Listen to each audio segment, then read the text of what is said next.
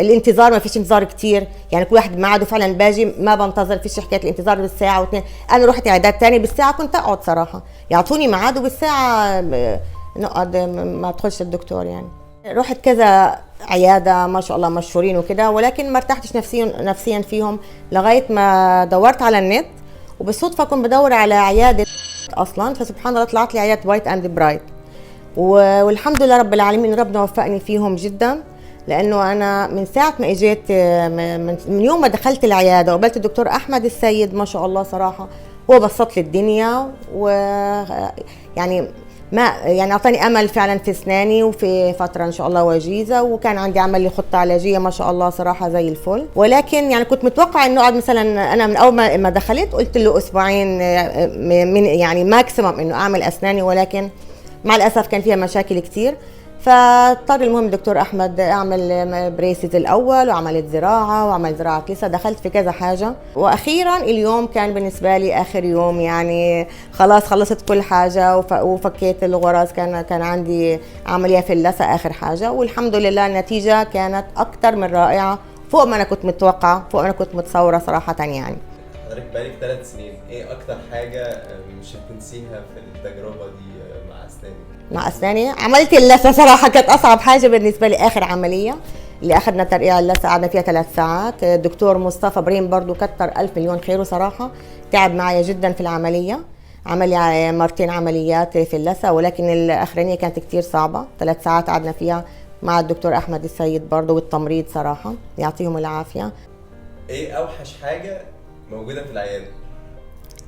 اوحش حاجه والله انا لسه ما قابلتش صراحه الاوحش، ما بالنسبه لي انا لا ما شاء الله، يعني وقت ما بدي ميعاد بيعطوني، وقت ما احتاج الدكتور الاقيه الحمد لله، يعني ما انا بالنسبه لي ما واجهت اي حاجه وحشه. الانتظار ما فيش انتظار كتير، يعني كل واحد بميعاده فعلا باجي، ما بنتظر، فيش حكايه الانتظار بالساعه واثنين. انا رحت عيادات ثانيه بالساعه كنت اقعد صراحه، يعطوني ميعاد وبالساعه نقعد ما ادخلش الدكتور يعني. فالحمد لله لغايه الان الحمد لله يعني صراحه، يعني لا هو يكفي الراحه النفسيه الواحد بيكون فيها. كان انا طول عمري عندي فوبيا من الدكاتره والحقن، انا عمري ما في حياتي اخذت حقنه بنج، بس من ساعه ما جيت العياده ما شاء الله بقيت انا اطلب حقنه البنج بعد هيك، يعني ما شاء الله يعني.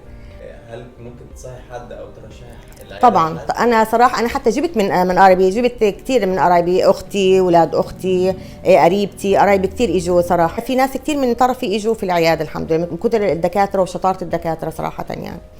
طب لو هتديهم رقم من 10 فده والله 100 من 10 صراحة، يعني صراحة ما شاء الله صراحة، لا يعني لا ما شاء الله، حتى في النظافة والتعقيم والحمد لله، يعني عمري ما جيت مثلا امرضت من العيادة، عمره ما، لا الحمد لله يعني صراحة.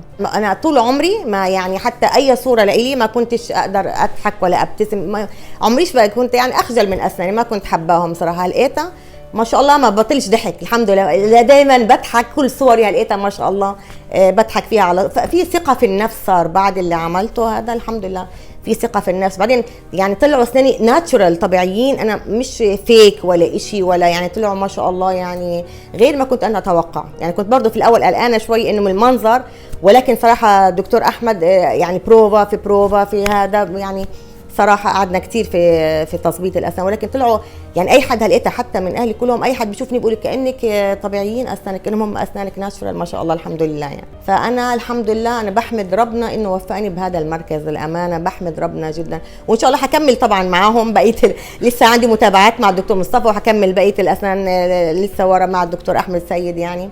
فالحمد لله هو كفاية الراحة النفسية الواحد بيلاقيها في هذا المكان الأمانة. انا اللي بشكركم، وانا يعني مش عارفه اقول لكم ايش، فعلا لكل التعب والمجهود اللي تعبتوه معايا، وكل الصبر اللي صبرتوه عليا يعني الحمد لله. بس ولكن النتيجه كانت يعني مبهره صراحه، الحمد لله ان وصلنا للنتيجه النهائيه، يعني انا مبسوطه ومقتنعه الحمد لله، ويعني فرحانه جدا جدا. انا بقيت انسانه ثانيه، انا بحس انه اتولدت من جديد للامانه، يعني انا بحس فعلا انه انا اتولدت من جديد الحمد لله رب العالمين.